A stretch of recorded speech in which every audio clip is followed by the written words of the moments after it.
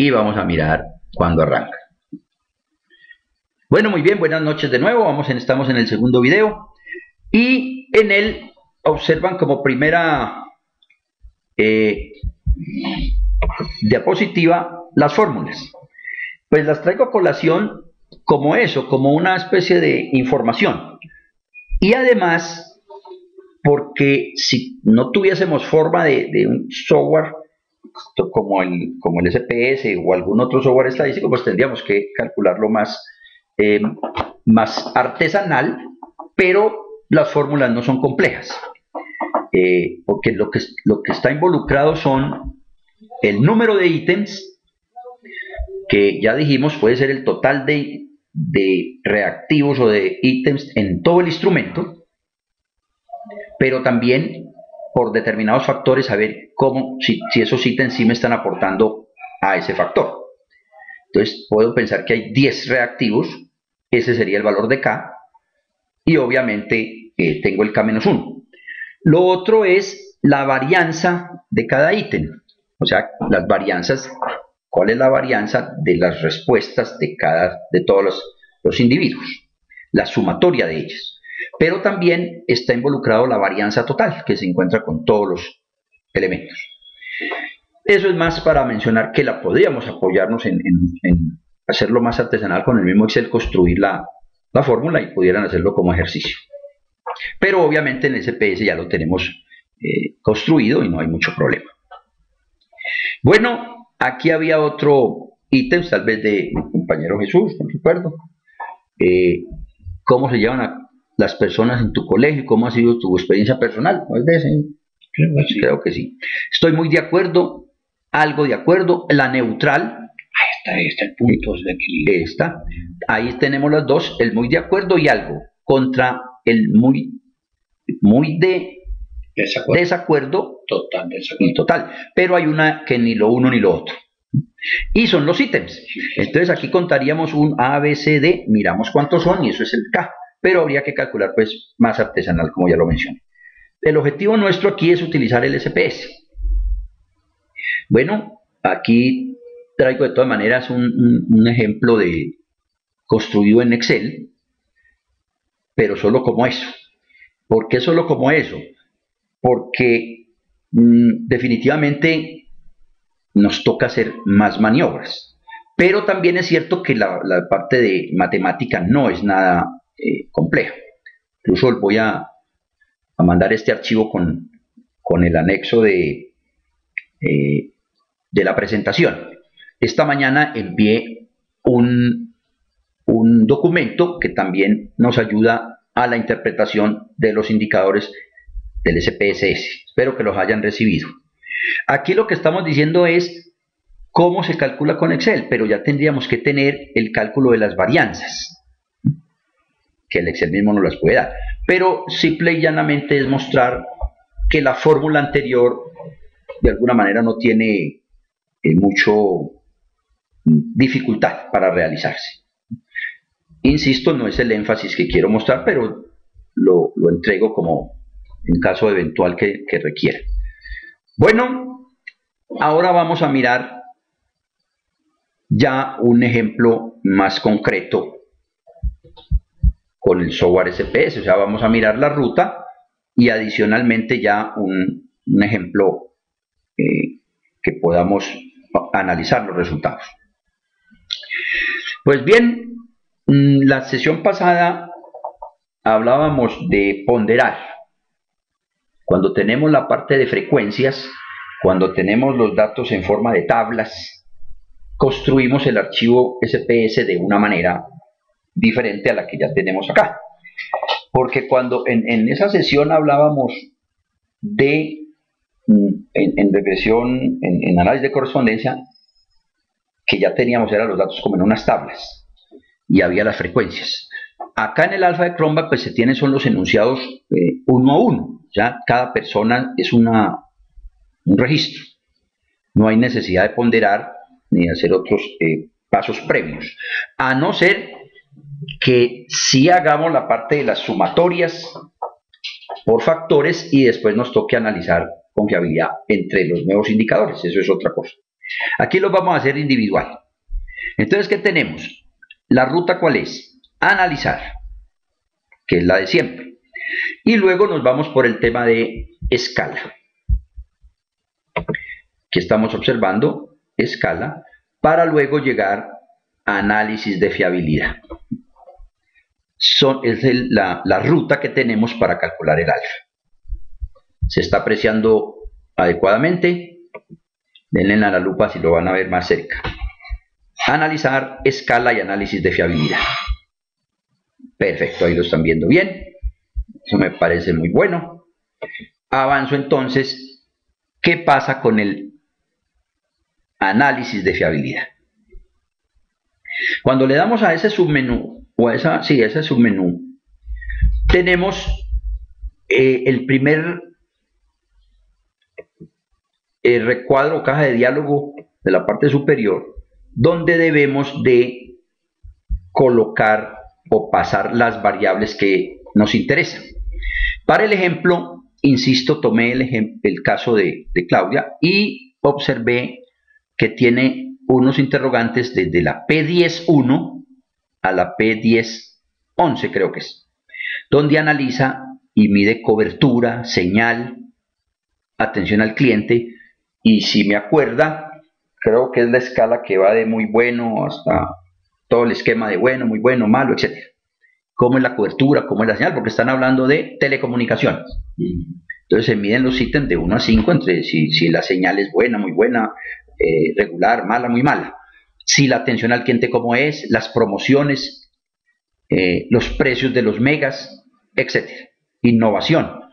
Pasé solo ese, porque entre otras cosas el instrumento tiene otro tipo de interrogantes de diversas tipos de interrogantes que no siempre se pueden mezclar. Entonces tomé solo este ítem que está midiendo favorabilidad o la aceptación en este tipo de ítems que estamos observando. Ahora, en la parte de estadísticos, nos permite entonces también seleccionar algunas. Estos son opcionales. La que sí se requiere siempre es la tercera. Pero aquí para el ejemplo pues se chulearon todas. Sin embargo, en las escalas que si se elimina el elemento es el punto donde nos va a servir para detectar si ese valor, o mejor, ese enunciado debe quedar en el instrumento o no.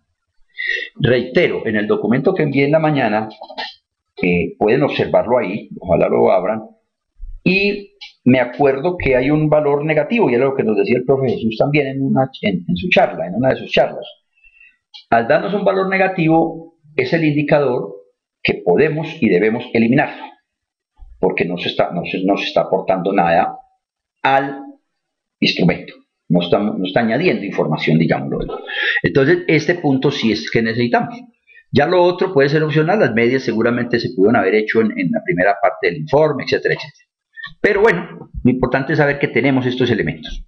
Pues las correlaciones de alguna manera puede que no estén en el objetivo completo, que lo que nos interesa es mirar el instrumento y su confiabilidad, entonces no necesitamos calcularlas. Ahora, ¿cuáles son entonces las salidas con ese simple pantallazo? O mejor, esas opciones que nos da. Aquí tenemos que ya nos entrega entonces el alfa de Cronbach que están observando en el cuadro superior izquierdo y nos habla de punto 892, un valor que supera en lo que nos dice la teoría de punto 80. De punto 80 hacia arriba podemos considerar que el instrumento es bueno. En mi mirada, pues yo no veo cuánta distancia de un punto 79 de un punto 78, no la veo. Entonces uno ya mirará el tema específico, el para qué se va a utilizar el instrumento o a qué apunta el trabajo, porque también es cierto que todo se debe hacer con la calidad requerida, pero hay unas investigaciones que tienen un mayor impacto en la comunidad y en la sociedad que otros.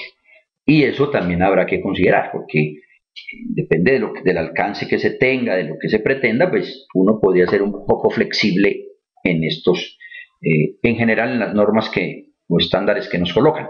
Pero si nos da más del punto 80, pues obviamente no hay discusión, todo está, digamos que adecuado, o al menos estos ítems que estamos analizando nos marca que hay una correlación adecuada entre ellos, que están, aportan también al indicador general. En la parte inferior, como habíamos chuleado estadísticas, o medias mejor, pues nos saca precisamente eso.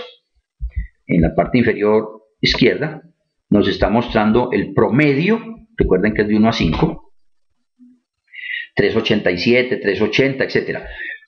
Observen que si tuviéramos el tema de escalas en contrario, es decir que la cobertura es buena, o que la cobertura sí es de alguna manera positiva, y por decir otra forma que las formaciones son malas, entonces el 5 no nos podría casar.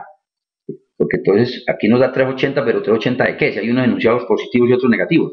Por eso es que se argumentaba y se sustenta que hay que colocar los enunciados en un mismo sentido. O todos positivos o todos negativos. Para saber este 3.8 si de alguna manera está midiendo todo lo bueno en la escala de 1 a 5, claro está. Bueno, ahí se observa pues estos indicadores con sus desviaciones, que también se sabe por experiencia que no son números muy grandes, porque las escalas son en este caso de 1 a 5 y así es la generalidad. Entonces las desviaciones generalmente se mueven incluso por debajo de 1, aquí la mayor es 1, 1, entonces realmente no hay mucho que analizar en cuanto a las desviaciones. La media ya miraríamos es que cuál es lo más valorado, pero ahí sí me apoyo, digamos, en pasar esa a un gráfico. ¿Cuál gráfico? Yo lo llevo a Excel, porque eso no es sino copiar la tablita y allá le damos la forma de un gráfico. Aquí no hay mucho cambio. Claro que la escala nos influye. Si hubiera cambiado la escala, podría marcar diferencias tal vez, pero eso es un tema de que también hay que tener en cuenta cómo estamos mostrando la escala para volverla plana o no. Es otro detalle de escala. Ahora, lo que estoy tratando de decir es que también, aparte de los informes del alfa, hay parte descriptiva que aproveché para meterla acá, y es un gráfico de un perfil, aquí en otro perfil si miramos qué es lo que es mejor valorado. Tal vez aquí veo publicidad al final de la línea, sin ser muchos los cambios, beneficios. Observaría tal vez lo más bajito por acá, por el lado de acceso a internet móvil, tal vez entendible. Otro vallecito detecto por los lados de precios de megas. ¿Sí? Pero bueno, la idea aquí general es mostrar esos en un esquema de gráfico, y para el estudio que se planteó inicialmente, pues entregarlo por tipo de operador. Porque aquí también estamos mezclando guanabanitas. O sea, la idea es, bueno, poder entregar esto con hablándolo en términos de Colombia,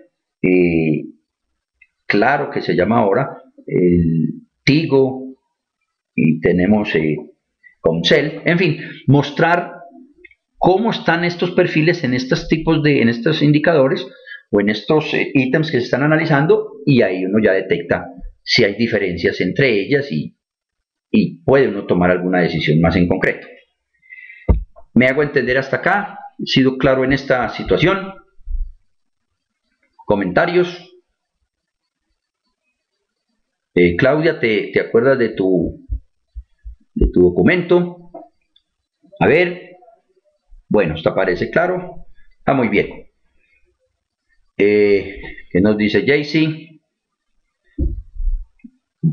Ahora me acuerdo de Jaycee, pues que iba a mencionar cuando hubo un corte que no le di respuesta a su planteamiento, pero ahorita me acuerda de nuevo, por favor. Muy bien. Bueno, Gloria, bien pueda, digita tu interrogante.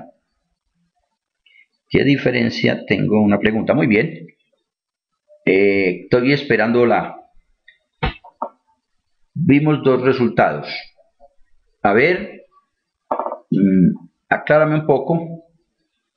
¿Cuál es el resultado? Vimos en la parte anterior, sí, yo tomé fue solamente lo descriptivo para mostrar en el gráfico. Obviamente las categorías y la media. Esto fue lo que dibujé como para presentarlo de una manera diferente en cuanto a visualizarlo mejor, pero que sería más útil entregarlo por tipo de operador en este caso. Sí, aquí únicamente estoy, digamos que trayendo a colación es una manera de aprovechar esta misma información en la parte descriptiva, pero que seguramente también lo dije, se usaría en esa parte del informe. En la parte descriptiva es donde va. Aquí lo mezclé con el alfa y de pronto pude confundir, pero realmente este pantallazo seguramente se había hecho antes. Sí, el alfa es solito, el alfa es otro análisis. Es definitivamente otra reflexión.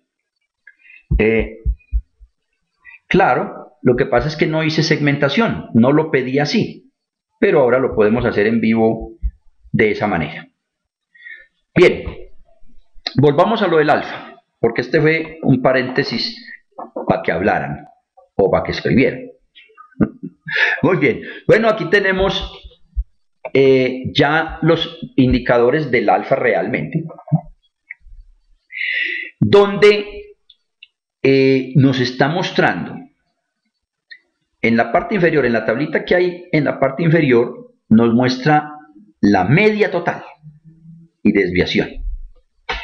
Pero también nos está mostrando los promedios de cada uno de las, en este caso de las categorías que se están evaluando, si se elimina el elemento. Una manera de mirar el impacto. ¿Qué pasa si se elimina? Pero lo más relevante, a mi modo de ver, es precisamente lo que tengo encerrado en los dos recuadros azules. ¿Por qué? Porque el final, empiezo por el final, es ¿cuál es el alfa si se elimina el elemento? Entonces observen que el alfa inicial nos había dado 0.8, vamos a acordarnos, aquí me devolví dos tandas, 0.892. Ese es el alfa contando los 11 categorías de mi variable. Las 11 categorías.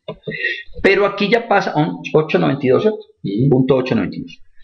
Si yo elimino el tema de cobertura, el alfa me queda en 884. Pues, hay una disminución realmente baja.